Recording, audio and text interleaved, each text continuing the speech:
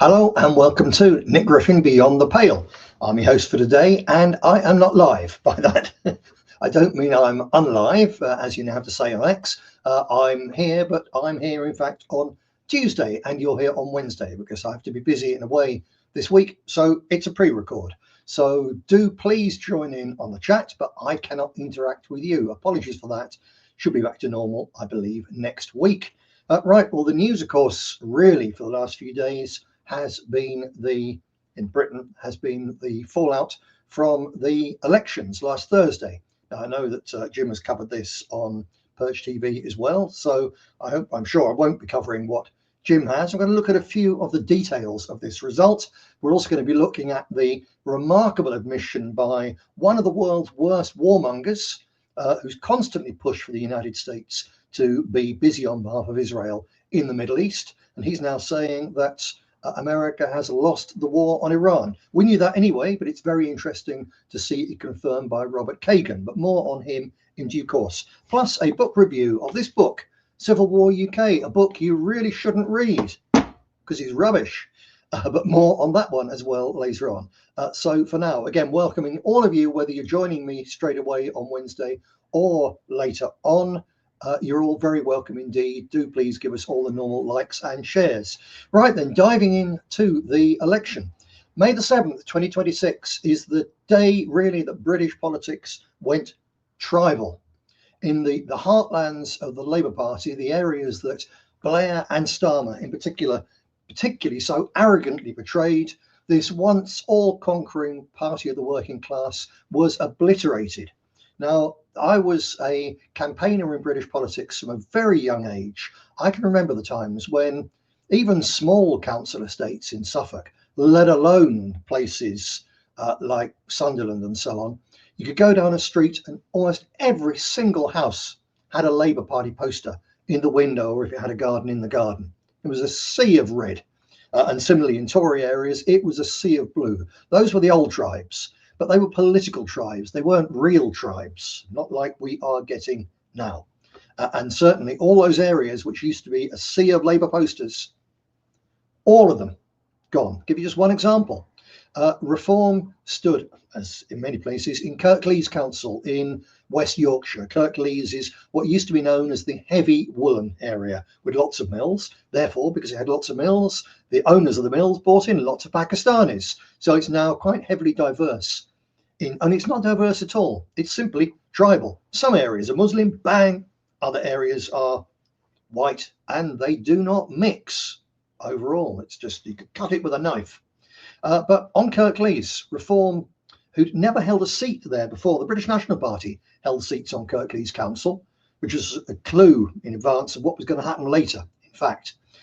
So we had seats, but Reform and UKIP before them never did.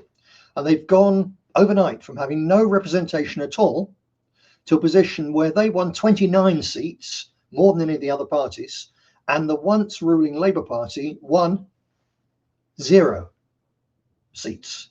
29 for Reform from a standing start, and Labour absolutely obliterated. The Reform are the largest party on the council. They can only rule with the help of the Conservatives or the Independents, or you'll have a Green, Independent, Lib Dem, Conservative coalition against Reform. We will see. But nevertheless, a remarkable, absolutely remarkable result. In places like Sunderland, right up north there, Reform won a clean sweep. They won every seat they stood. But because only 1/3 of the seats were up for election, this has actually concealed the extent of Reform's success. Because there's council after council, especially in the north of England and in the Midlands, where they took virtually all the seats they contested, but they won't take control of the council until the next election, the local elections next year. But again, it's a given. It's going to happen. Quite remarkable results. It's payback, finally, for Labour's obsession with importing and chasing immigrant voters. And just the native Brits have had enough of it. But the irony is this same election saw the immigrant bloc vote, which the Labour Party thought they were theirs forever, they could take for granted. It's decimated, devastated by the Greens and Muslim independents.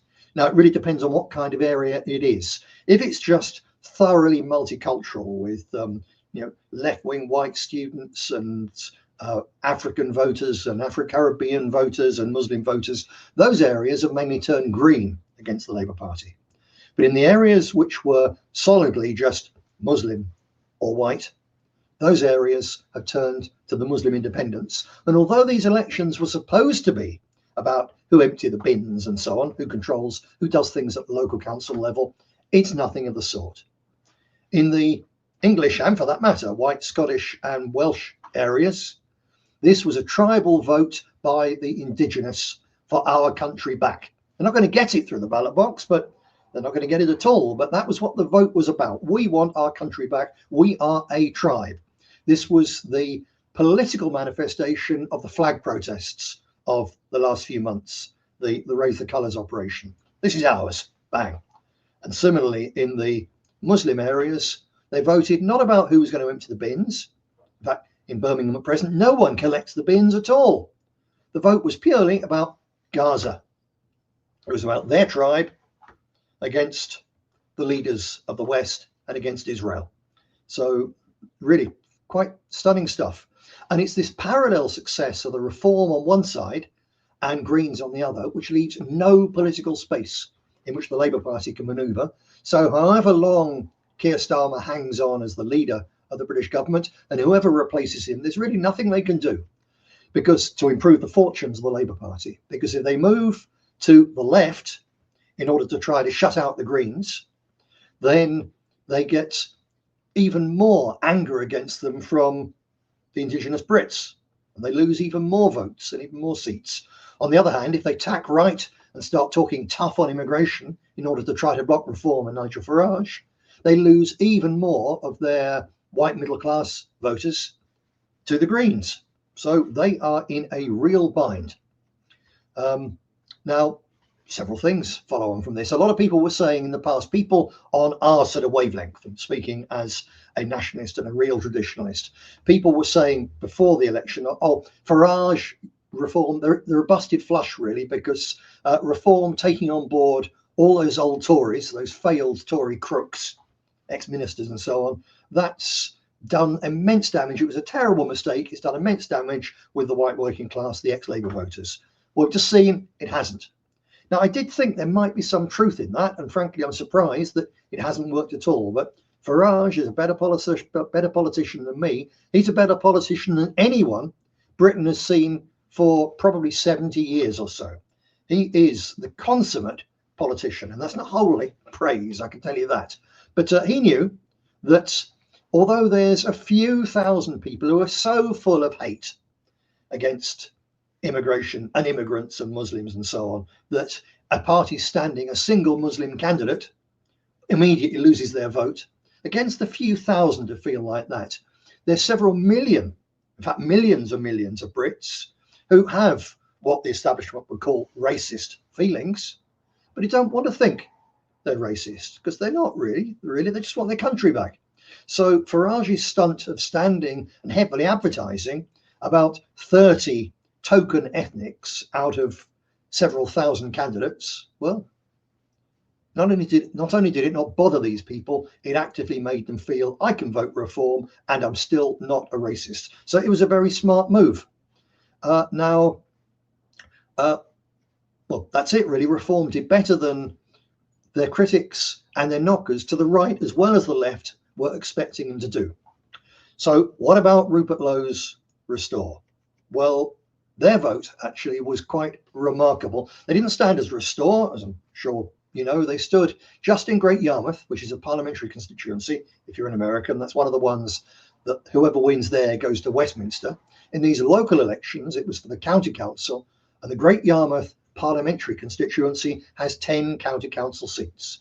And Great Yarmouth First, Rupert Lowe's party, local party, stood in them all, and they won all 10, 100% record, with enormous votes. They could have halved their vote, literally. They could have halved their vote and they would still have won those seats. It was actually swamping. I've heard from a former BNP councillor, actually very active chap, who went up there for a day and campaigned. And he said that never seen anything like it, never experienced anything like it. Knocking doors, interesting report that Great Yarmouth Restore were actually knocking doors, fair play, knocking doors, and I didn't get a single hostile negative response all day. Probably no one for any party in modern British history, I'm talking the last 30, 40 years, could have said that truthfully. But it's now true in Great Yarmouth for Rupert Lowe's local party. Even more staggering in a way is the fact, well, just one thing, Great Yarmouth, it's not a rundown inner city deprived area. It's got a couple of quite rough wards. It's a little bit like Blackpool, but it's also got large swathes around it of nice middle class suburbs and places where people with a bit of money from Norwich and so on, and even London, retire, and good, solid, lower middle class white van man areas. It really is. It's Middle England, sort of concertina down into one constituency. And it had this swamping vote. Perhaps the most remarkable thing of all, I will show you this image. Here's the graph showing Great Yarmouth election results. So there on the dark blue on the left, that's the reform vote, sorry, the restore vote, 46%. But look at what's next to it, a reform vote of 19.5. The Tories next at 12.2, the Labour Party at 9%. The Labour Party has sometimes taken Great Yarmouth as a seat. But you put restore and reform, put those votes together, and you get a whisker off 66%.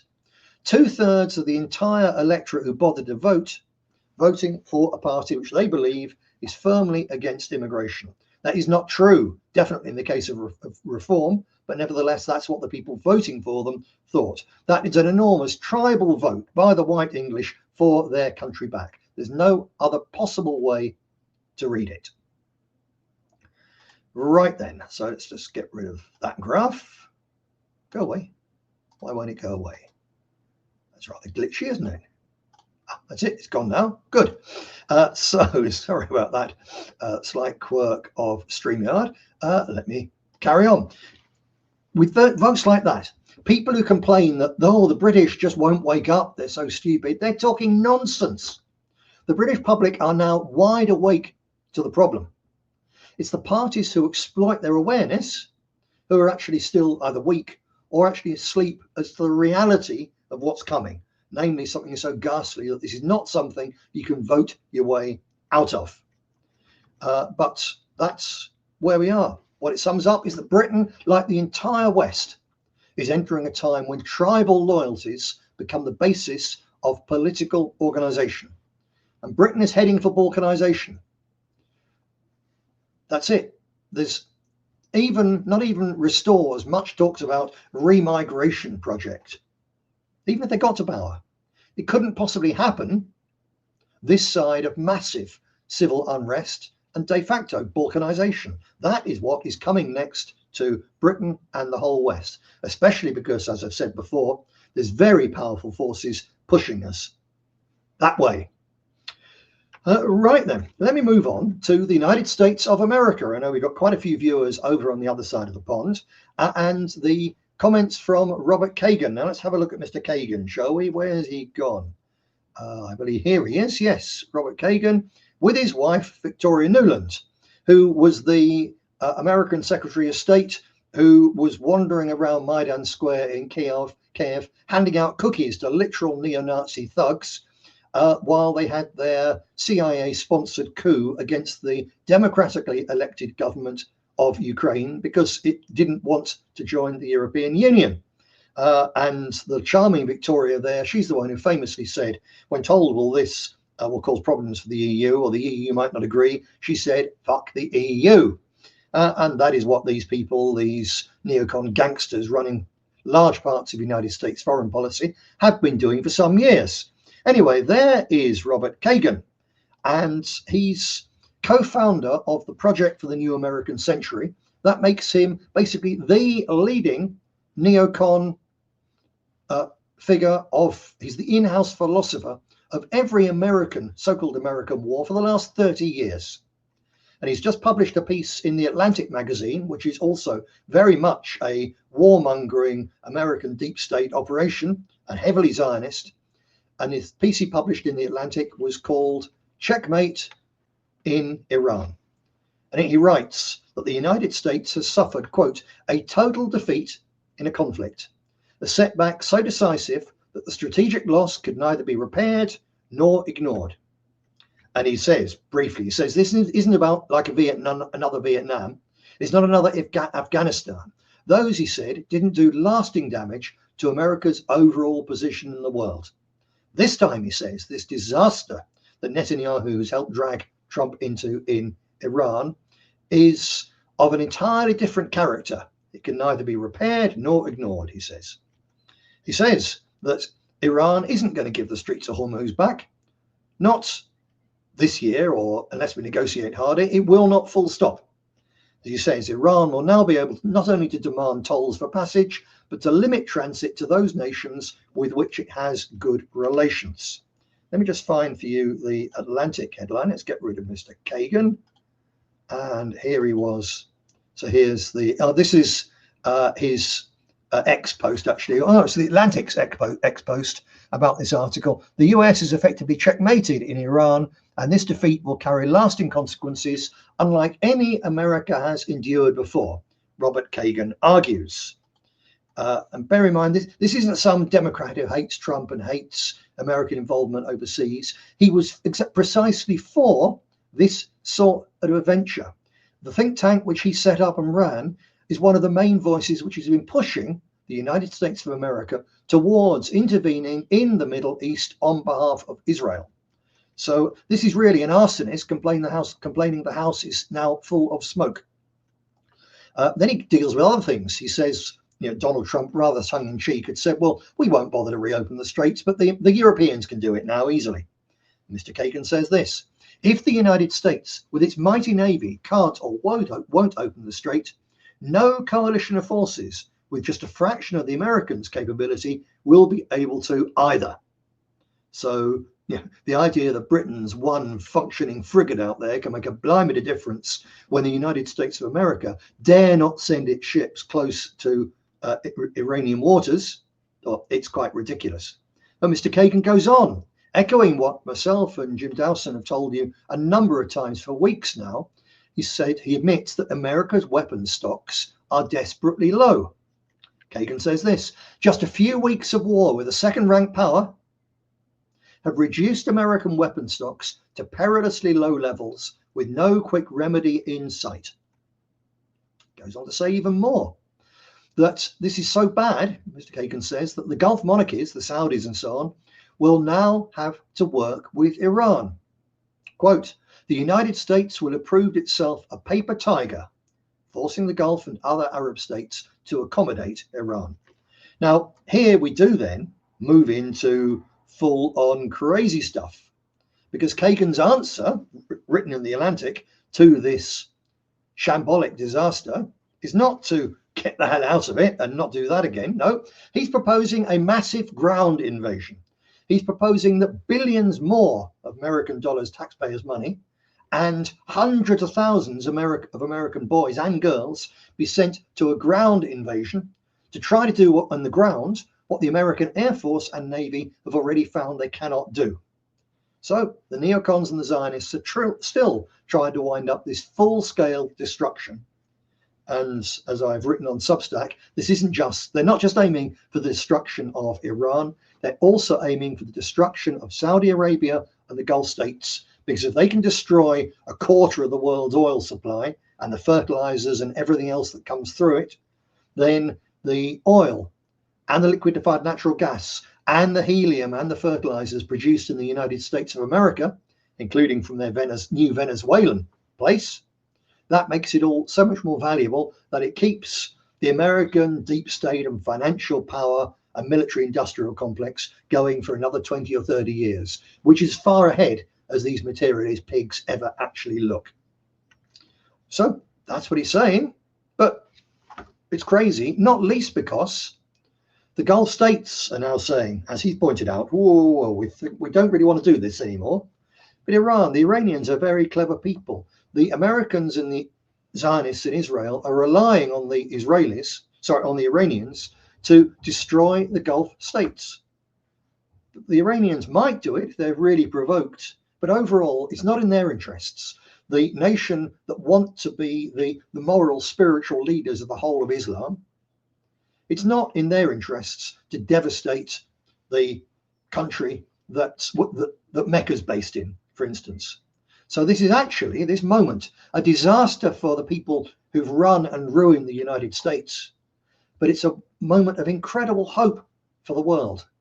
Because if, in the end, with probably one more crazed, violent outburst trying to spark total destruction in the Middle East, Trump then withdraws the American forces and Israel is forced to some sort of accommodation, at least for the time being, for its neighbors, then not only is there peace for a while, it also marks the end of the dollar empire, the end of America stamping its way around the world as the world's policeman and killing God knows how many thousands of American lads, either directly in conflict or when they come home neglected and they commit suicide or they shoot up till they die.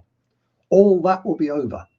American hegemony will be over and we will have a multipolar world, still with clashes and frictions, but none of this crazy, we're going to go to war to dominate the world that we've seen from the neocons over the last 30 or 40 years. It's a remarkable time. We're still very close. You know, the continued effect of the closure of the Straits of Hormuz. People have no idea yet how bad it's going to be. I'll come on to that if I get time later on the show. But now I want to move on to, as I promised, a review of this here book. Let me just check that I haven't got a picture. No, that's it. I'm still here, not an old picture. So, book review of Civil War UK, an oral history of the 2029 British Civil War by Anonymous. Now, this is being promoted all over the place. I don't know if any of you Americans would have seen it, but certainly it's very, very big on all the, what can you call it? All the counter-jihad network on social media in Britain. So here we go. This thing, it's advertised there on Amazon. Now, it's a blood-curdling account of a fictional civil war in Britain in 2029, but it's being happily sold in Amazon. There, it's an interesting thing. Also interesting, it's for sale as a hardback. So this isn't some little grift operated by some chancer in Mumbai or whatever, pretending to be a nationalist. And overall, this is written by AI. One of the reasons you shouldn't read it is it's an absolute heap of steaming the usual, right? It's nonsense. It's badly written. A lot of it, you can see it's very clearly AI, but there's a lot of money behind this. It's being produced as a hard copy and it's massively promoted by, if you look at the reviews, everyone's saying it's absolutely wonderful, best thing they've ever read, terrifying, blah, blah, blah. It's a turgid piece of nonsense. Although it's based on something they're trying really hard to make into facts, and they're not that far off it. So let me tell you a little bit about the book. It's only a slim thing, 161 pages, quite large type. It didn't take AI very long to write, but what can I tell you about it? Right then. Well, first of all, it's a throwaway. We're now in 2026, and by late 2029, it will be totally out of date. It's written to make money, but more important, to wind things up right now. Now, obviously, whoever put the instructions into AI and wrote it, they know a little bit about Britain, but not very much. So it talks about how the grooming gangs, the Muslim grooming gangs, upset everybody and how it wound things up. And it mentions the number of times. But every single time it does so, it only says the word Rotherham. It doesn't ever say it was happening anywhere else. It's just as if it only happened in Rotherham. Because AI, throwing this thing out quickly, doesn't really know anything better. What are the other absurdities? Here's a classic one. Talking about Birmingham. Oh, it's terrible. They came for the synagogue first, Sarah said, crying. Burned it down while people were inside for evening prayers. Then they started going house to house in the Jewish areas. We heard what happened in York. She didn't finish the sentence, but I knew what she meant. I'd seen it on Telegram, but I'd hoped it was just information. The entire Jewish quarter destroyed. Families murdered in their homes. Survivors forced to flee with nothing. Now, Birmingham doesn't have a Jewish quarter. York hasn't had a Jewish quarter since, I think it was 1290. This is Total nonsense. It's not only written by AI, which doesn't really understand Britain, but it's also put together and it's sub-edited, if at all, by someone who hasn't the faintest idea. This thing, although it's about Civil War UK, I guarantee no Brit with a brain has touched this as an editor, a sub-editor, an author, or a publisher. Because if they had done, you wouldn't have nonsense like that. It gets worse. Anyway, it's quite a ripping yarn. Farage is assassinated in the first couple of pages of the book by 3 Antifa who are also immediately shot dead by the police. So an American might have written it, an Israeli might have written it, an AI bot might have written it, but no one in Britain is going to think that the 3 Antifa who assassinate Nigel Farage are instantly shot by the police, because our police are still not armed. Apparently, according to the book, Tommy Robinson's fake suicide in prison is the last straw for many, which really kicks the English off.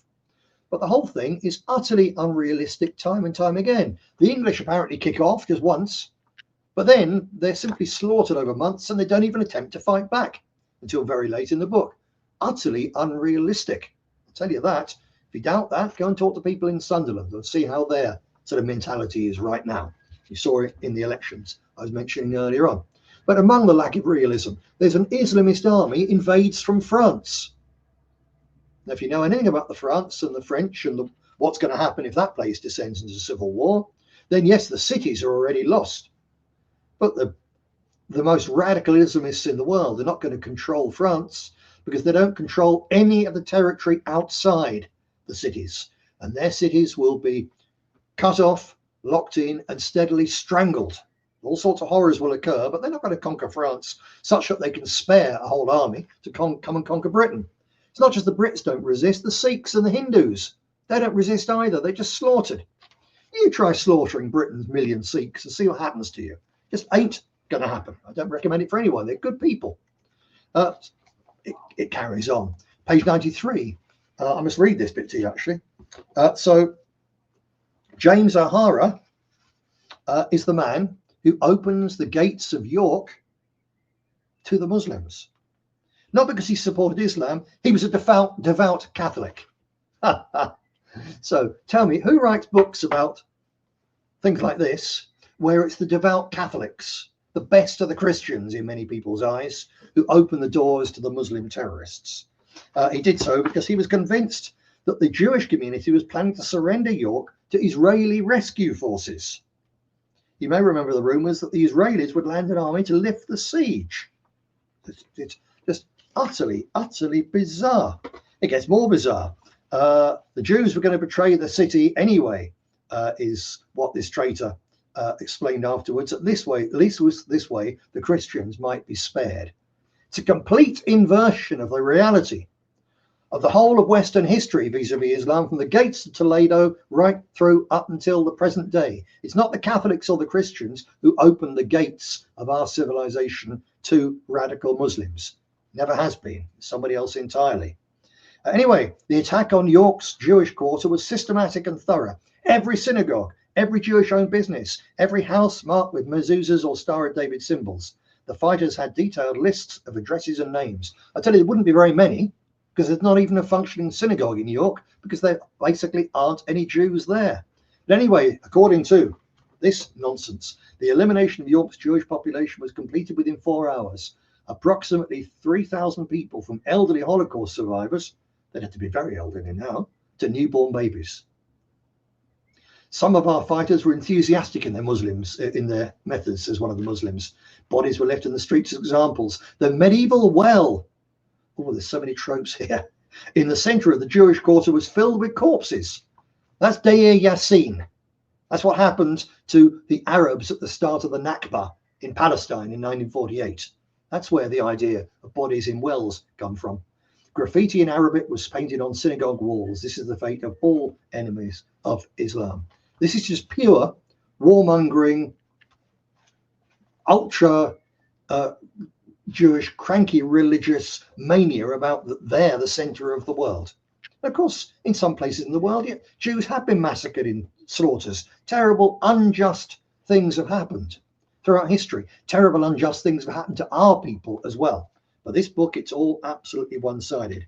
It gets more and more daft in page 112.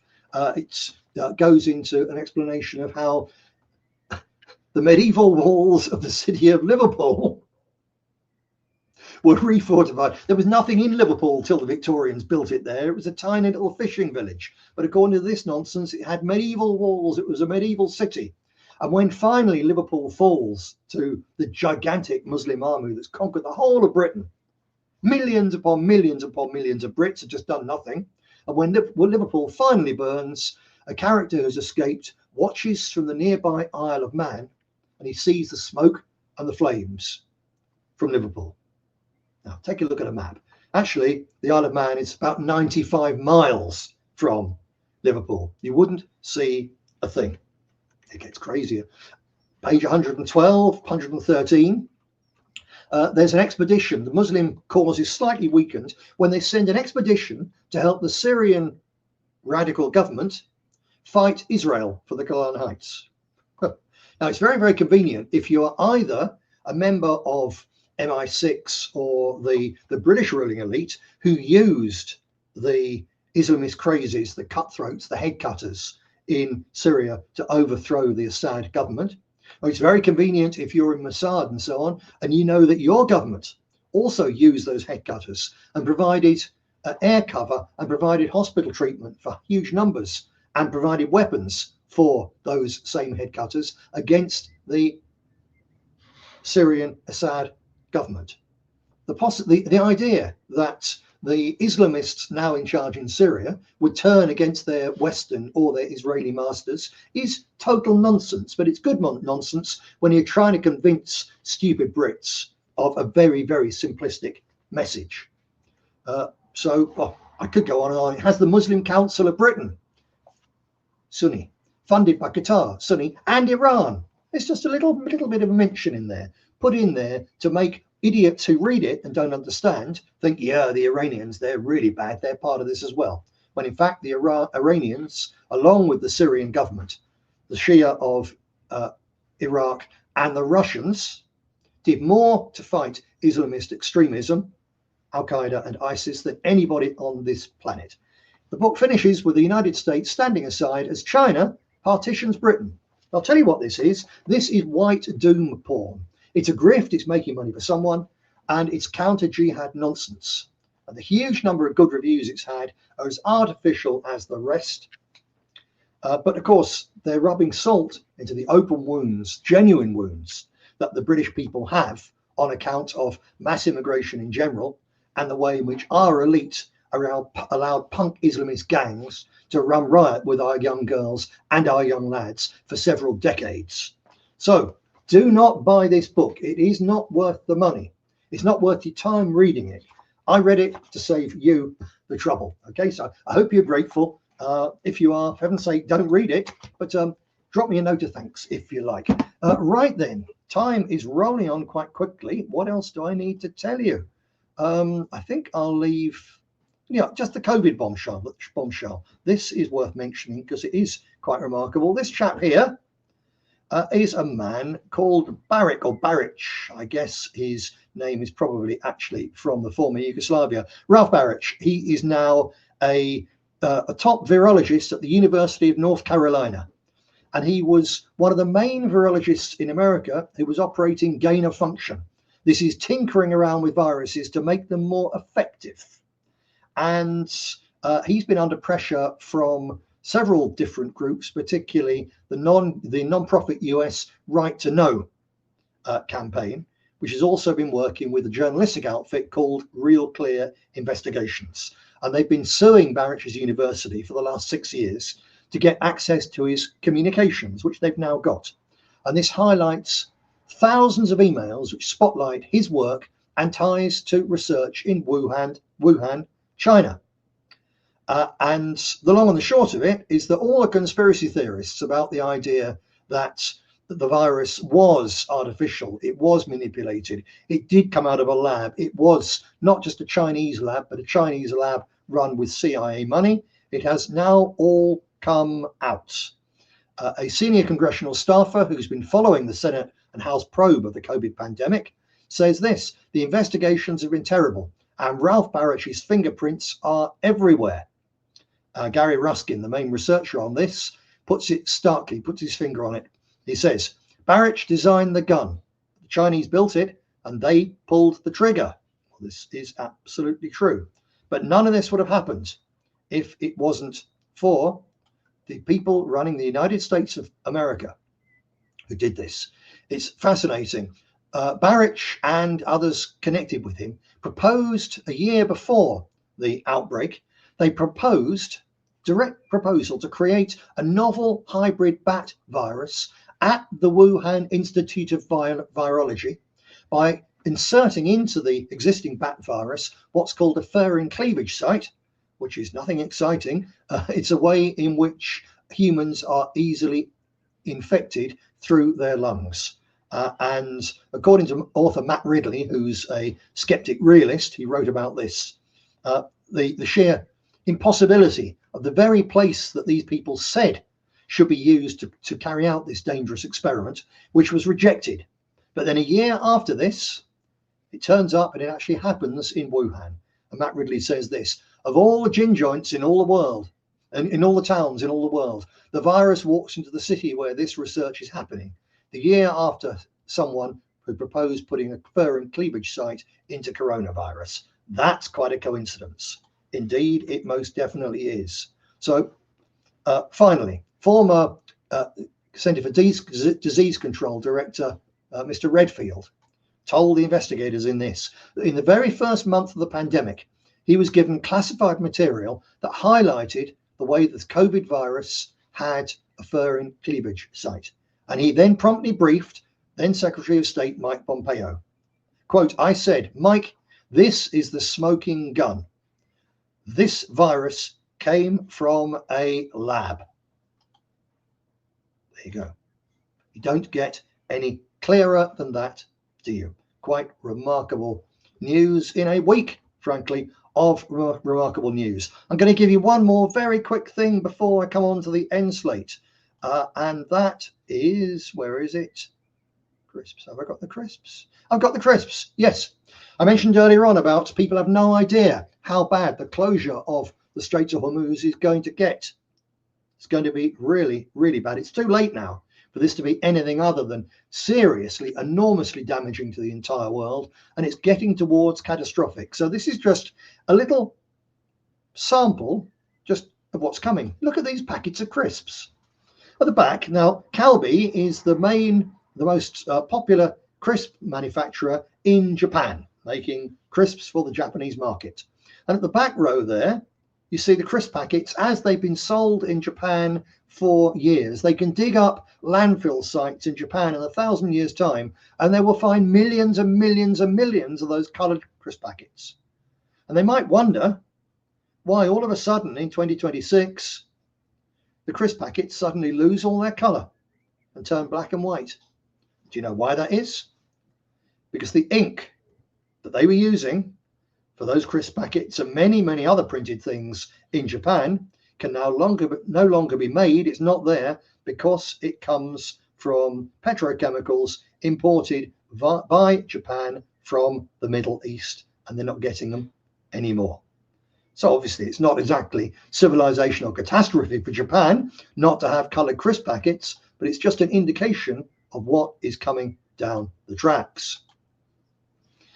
Right then, I'm going to have to leave you there, aren't I? Because it's time to go. I'll leave you with an end slate, which I actually picked the other week, which was just after May the 1st, because it's a May Day end slate. So it's getting a little bit whiskery now, but it's a lovely end slate in any case. I'm going to show it to you. This is from Padstow, which is a fine English, well, actually it's Cornish, and it's not quite the same, port on the north coast of Cornwall. And every day on May Day, for hundreds upon hundreds of years, they've had this very strange ceremony. Now, it all goes on with the blessing of the local church. It always has, but it's something clearly which is actually so old, so strange, that it's clearly actually a pre-Christian thing, which has carried on a little bit like the Abbots Bromley horn dance, and I think I showed you back last September. But if you want to get a real feel for the true depths of the English and the Anglo-Celtic soul, then you need to understand that things like this still go on in this country. And when they do, although they're rarely covered by the BBC or any of the rest of the liberals, because they're about us and our identity and us being a tribe, they've always been there, and they are now probably more popular than ever because so many of our people understand the need of us to be a tribe. So I'll leave you with a Padstow hobby horse and a reminder, if you like the show, please do share it, give us a likes and thumbs up, join Jim Dowson tomorrow on Thursday on Purge TV, and join me, Nick Griffin, Beyond the Pale here on Purge next Wednesday. Until then, God bless, and remember that all that is necessary for the triumph of evil is that good men and women do nothing. So get out there and do something. Cheers.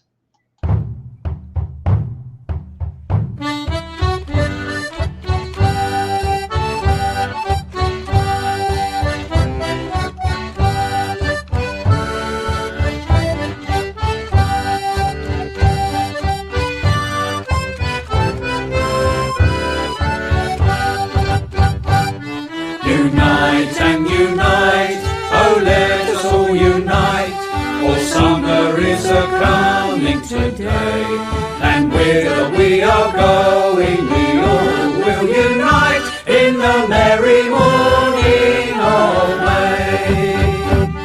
Oh, where are the young men that now here should dance, for summer is a-coming today. Well, some there are in England and some are in France, in the merry morning of May. Oh, where are the maidens that now here should sing, for summer is a-coming today. They're all out in the meadows of flower gathering, in the merry morning of May. The young men of Padstow, they might if they would, for summer is a-coming today. They might have built a ship and gilded it with gold, in the merry morning of May. Oh, where is St. George? Oh, where is he? Oh, he's down in his longboat upon the salt sea. Oh, half flies the kite, down falls the lark, oh, and Ursula Birdwood, she had an old mule, and she died in her own park, oh, with a merry ring and a joyful spring, for summer is a-coming today. Oh, happy are the little birds and merrily do they sing, in the merry morning of May. Unite and unite, oh let us all unite, for summer is a-coming today, and whither we are going